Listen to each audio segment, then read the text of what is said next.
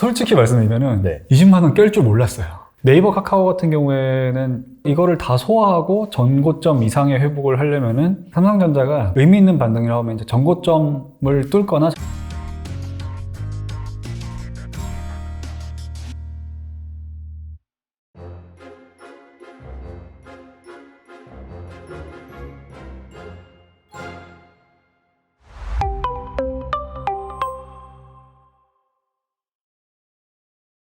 그리고 지난번에 제가 이제 질문을 드렸던 부분 중에 네. 무슨 말 하는지 아시죠? 마음이 네이버. 불편하네요. 네이버. 네. 네이버가 그때 한 20만 원 이하까지 네. 주가가 내려오면은 네. 한번 사볼 생각이 있다라고 하신 걸로 알고 있어요. 네. 근데 이게 20만 원이 좀 우습게 깨져버렸습니다. 네. 그때 이제 포시마크, 미국에 이제 포시마크 인수한다는 얘기가 나오면서 네. 단기간에 한 20% 정도 빠졌거든요. 네. 그래서 실제로 이제 좀 매수를 하셨는지 네. 좀 어떻게 보신지 좀 궁금하거든요. 사실 그때는 솔직히 말씀드리면은 네. 20만 원 깰 줄 몰랐어요. 저도 사실 몰랐어요. 네. 저는 그 정도는 돼야지 네. 그래도 관심을 가질 만하다고 생각을 했는데 실제로 한 16만 원인가 14만 원까지 갔었죠. 거의 정확한 저점 16만 기억이 안 원. 나는데 네, 아무튼 그래서 사실은 나중에 또 그 사회자 경제 채널에서 부를지는 모르지만 네. 야, 그때 이런 얘기를 했는데 이거 책임 못 질 만한 거 아닌가? 라고 네. 생각했거든요. 그래서 네. 좀 더 봤는데 결정적으로 네이버를 살 수도 있었지만 저는 이제 전자를 더 샀어요. 네. 그래서 그 부분은 제가 삼성전자라는 회사를 더 잘 이해하고 있었기 때문에 이제 제가 알고 있는 능력 범위에서 의사결정을 내린 거고 뭐 네이버가 그렇다고 해서 지금 20만 원이 깨진 상태에서 사면 안 되는 회사는 아닌 것 같아요. 어찌됐든 근본적인 그 주식 투자에서의 펀더멘털이 아니라 그 기업의 펀더멘털 측면에서 네이버라고 하면 굉장히 유능한 IT 인재들이 모여있는 회사고 포시마크를 인수하는 거다 이런 걸 보면은 회사가 갖고 있는 어떤 그 해외 진출에 대한 의지가 보이잖아요. 실제로 뭐 카카오도 그렇지만은 네이버 카카오는 그렇게 생각해요. 지금의 주가에서 다시 한번 전 고점을 회복하고 더 성장을 하려면은 무조건 해외 진출이 가시화돼야 된다고 생각하거든요. 근데 그런 부분에서 보면은 장기적으로는 저는 긍정적으로 보고 있는데 단기적으로 또는 지금 당장 제가 이해하고 있는 선에서 더 매력적인 투자 대상은 이제 삼성전자였기 때문에 네이버는 이제 놓아줬죠. 이게 사실 네이버랑 카카오가 많이 빠진 게 네. 사실 뭐 실적이라든지 뭐 그 부분도 최근에 좀 둔화되긴 하긴 했더라고요. 보니까 네. 경기 침체 우려 뭐 이런 것 네. 때문에. 근데 그럼에도 불구하고 약간 뭐 글로벌 상황, 매크로 상황이 인플레이션이 워낙 심하다 보니까 성장주의 치명적인 그 금리를 워낙 빠른 속도로 올리다 보니까 네. 그런 부분에 있어서 좀 많이 내려온 것 같긴 한데 아무래도 좀 의미 있는 반등이 나오기 위해서는 그런 매크로 환경이 바뀌는, 즉 리버스적인 금리가 다시 내려가거나 좀 성장주들이 조명받는 그런 환경이 나와야지 좀 가능할 것이다. 뭐 그렇게 이제 생각해 볼 수 있을까요? 네. 그리고 이제 올해 이제 약세장이자 거의 뭐 폭락장까지 오면서 네. 제가 매수 매도를 열심히 안 한 대신에 좀 주의 깊게 했던 행동은 다른 사람들의 심리를 좀 주의 깊게 봤어요. 다른 투자자들이 네. 어떻게 행동하고 어떻게 생각하고 어떤 감정을 느끼는지를 많이 봤는데 네이버 카카오 같은 경우에는 제가 매수한 종목이 아니기 때문에 섣불리 전망하기가 쉽지는 않지만 좀 제가 투자하기 난처한 부분이 그런 거였어요. 투자자들의 심리 측면에서 심리가 반영되는 매물대가 있잖아요. 그렇죠. 근데 작년에 워낙에 이제 큰 고점을 찍고 계속해서 빠지면서 이제 매물대가 쌓여 있어서 이거를 다 소화하고 전고점 이상의 회복을 하려면은 당장 내년에 쉬울까라는 고민을 했어요. 그런 실제 해외 진출의 가시화라든지 이런 장기적인 그림이 제대로 보이기까지는 못해도 2, 3년은 걸릴 것 같고 실제로 네이버 카카오의 과거 주가를 보면은 상승만 했던 건 아니거든요. 중간에 제가 알기로 2015년에서 16년 사이였나? 그때 한 2, 3년 정도 그 침체하고 횡보했던 구간이 있더라고요. 맞아요. 근데 그게 네이버랑 카카오라는 회사가 성장을 안 했던 건 아니거든요. 그럼 그 성장을 안 하는 건 아닌데 그 사이에 뭐가 있었냐 그러면 투자자들의 심리가 바뀌기까지 시간이 걸렸던 것 같아요. 그래서 그런 식으로 한번 모멘텀이 있을 때 좀 크게 올랐다가 크게 빠지는 기업들은 그런 투자자들의 심리가 회복되기까지는 좀 느긋하게 보면서 접근을 하는 것도 괜찮지 않을까라는 생각이 들어요. 그리고 이제 그 주가를 반등시킬 수 있을 만한 그런 포인트가 방금 말씀하신 해외 진출. 지금 국내에서는 워낙 다양한 사업을 하고 있고, 뭐 사실 더 사업을 확장하고 싶지만은 지금 정치권에서 약간 독점 규제 뭐 이런 얘기도 좀 나오고 있고 한계가 있으니 확실히 좀 해외 쪽에서 이제 성장 모멘텀을 보여줘야 되는데 이게 이제 하루아침에 되는 건 아니다 보니까 좀 시간이 필요할 것이고 그런 것들을 따져봤을 때 기회 비용을 봤을 때는 차라리 삼성전자에 더 들어가는 게 맞다. 이렇게 이제 판단하신 거네요. 네.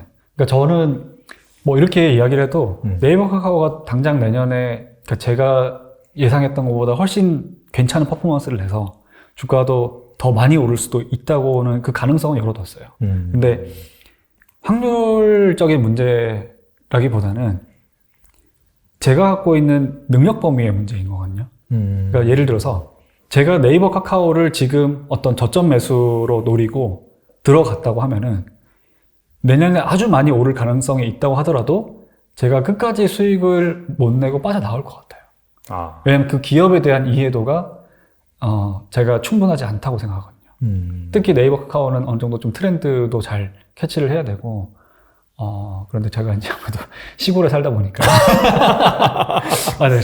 제가 그런 트렌드까지 캐치해서 끝까지 큰 수익을 내고 빠져나올 능력이 될까라고 했을 때 자신이 없더라고요. 그래서 좀 더 마음 편한 투자를 하기 위해서 이제 전자 쪽을 선택을 한 거죠. 그래서 지금 네이버 카카오를 보유하고 계신 주주분들이라고 하면은 그거를 보셨으면 좋겠어요. 내가 이 회사와 얼마나 마음 편하게 동행을 할 수 있느냐도 중요하거든요.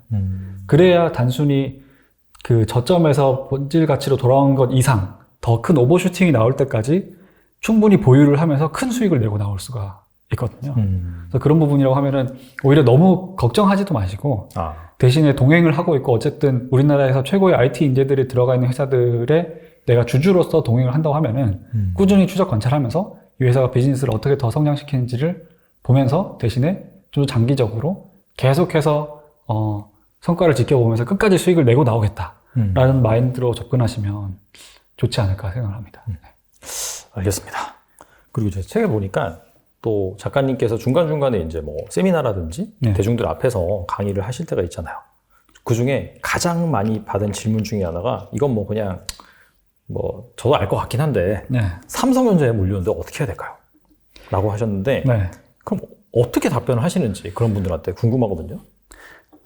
제가 이제 그 강의를 하다 보면은 이 수강생분들이 다 투자자잖아요. 그렇죠. 엄연하게 지금 감정적 상처를 입은 분들이란 말이에요.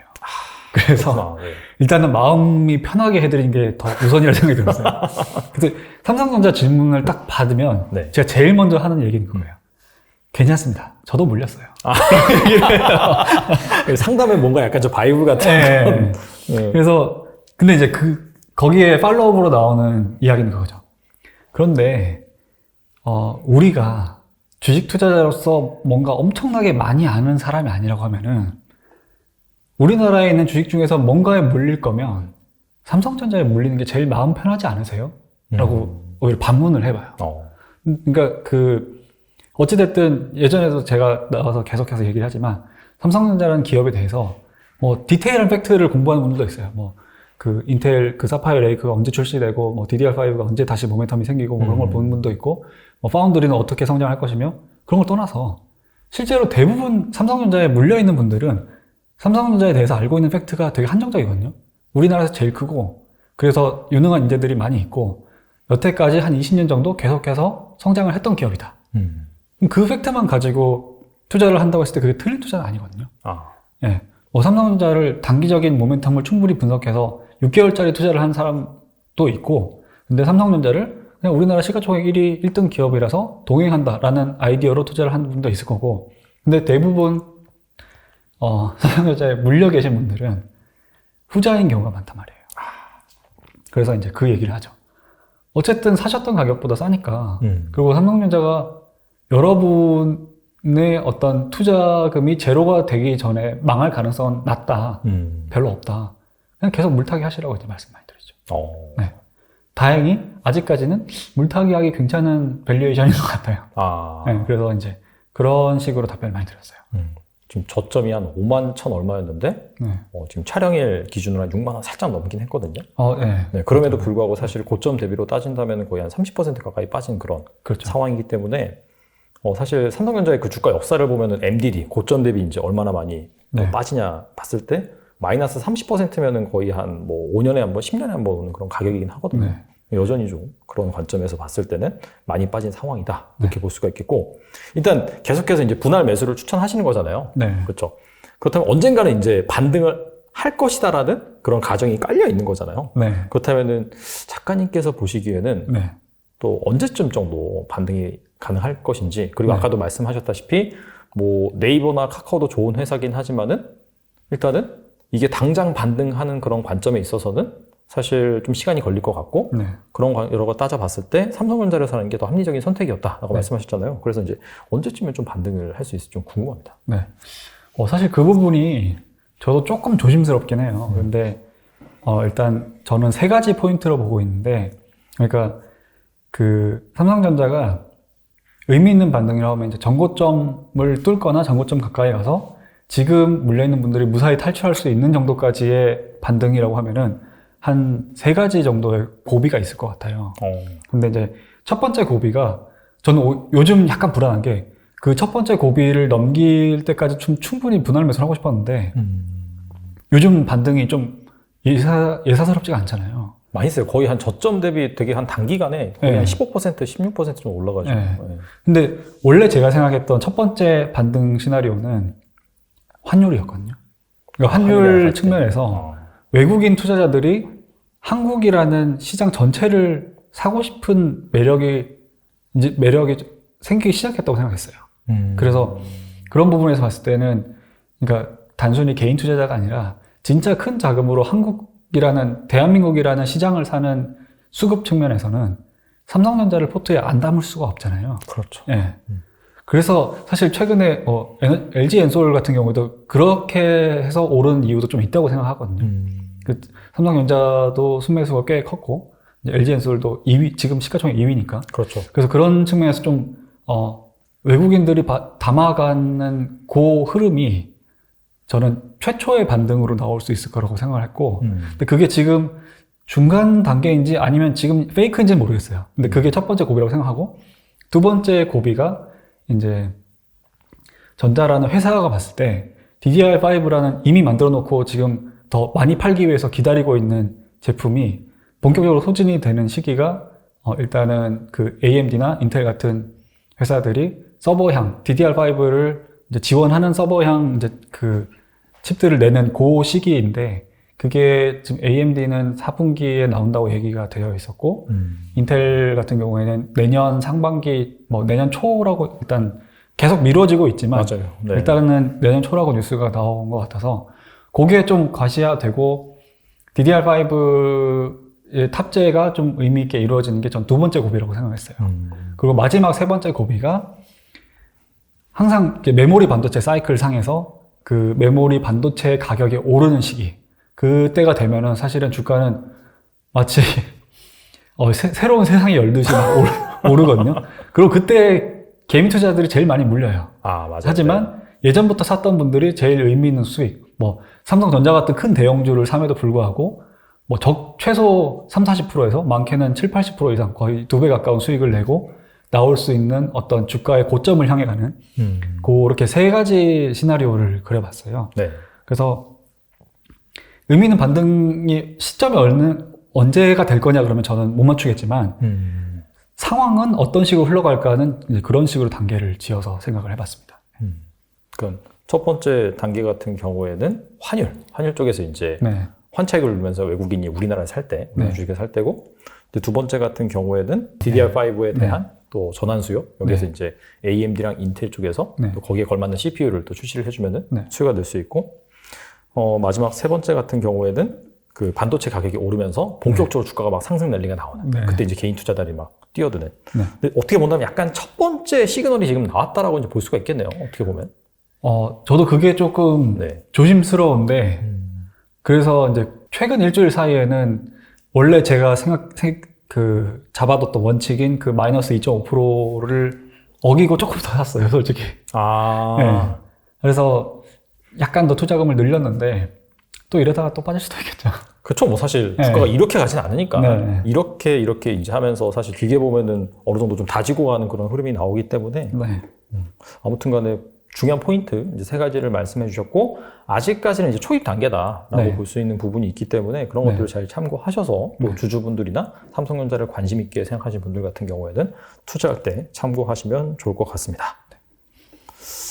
그리고 이제 사실 저희가 뭐 삼성전자가 좋다, 뭐 네이버 카카오는 어떻다, 뭐 하락장에 무슨 주식을 샀다라고 했는데 대다수의 이제 투자자 입장에서는 어떻게 본다면 공감이 안 되는 말일 수도 있어요. 왜냐면 지금 사실 이미 뭐 한 작년 하반기부터 빠지기 시작했으니까 거의 한 1년이 넘게 1년 6개월을 향해서 지금 하락장이 시작이 되고 있는 건데 즉 한마디로 다 물려있기 때문에 지금 여유 현금이 없고 네. 뭐 뭘 산다라고 한다면은 기존 걸 손절하고 사야 되는데 네. 이게 정말 어려운 결정이 하거든요. 고수도 사실 자기 이제 실패를 인정하고 손절을 하고 그 돈 가지고 또 다시 주식을 산다는 것 자체가 힘든 결정이긴 한데 그래서 이렇게 마이너스 종목들이 계좌에 수두룩한 분들 어떻게 하면 좋을까요?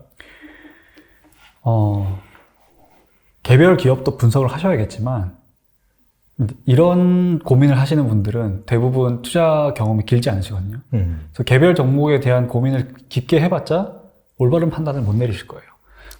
그래서 오히려 저는 굉장히 쉽게 접근을 하시라고 말씀을 드리고 싶은데 이런 식으로 계좌에 마이너스 종목들이 수두룩하다라고 하면은 제일 먼저 확인해야 되는 거는 내가 총 몇 개 종목을 보유하고 있는지 그 개수를 확인하시라고 말씀드려요. 그러니까 뭐 예를 들어서 다 파란불인데 내가 보유 종목이 10개가 넘는다.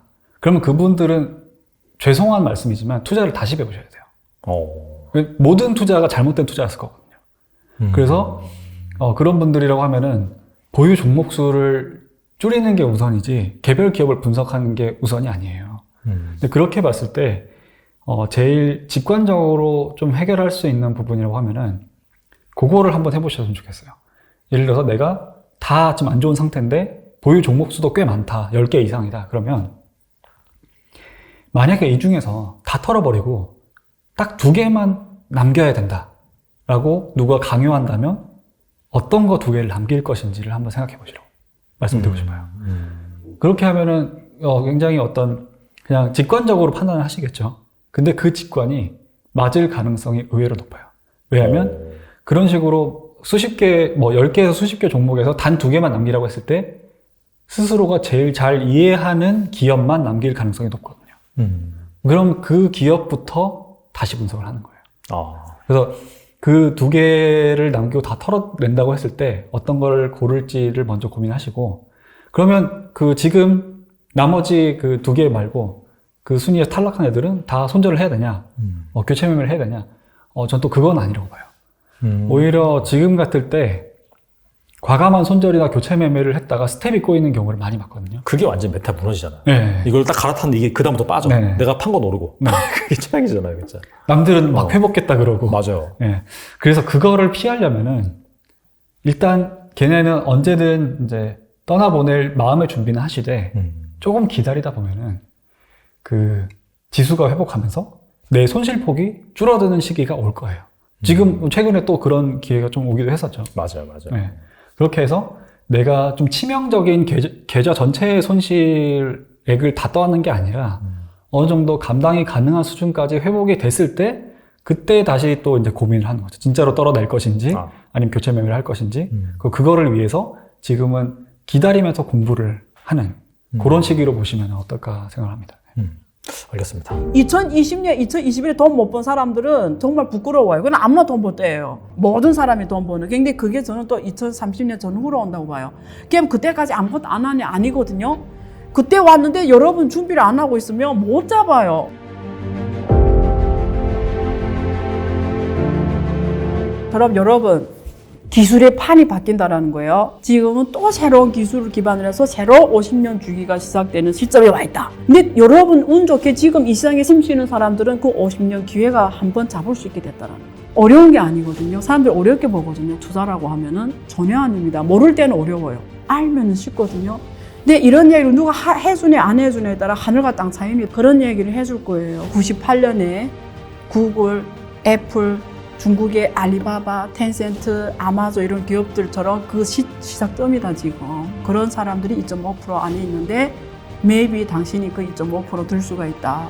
그런 시야, 인사이트를 주는 시간이 되도록 제가 하려고 하는 겁니다.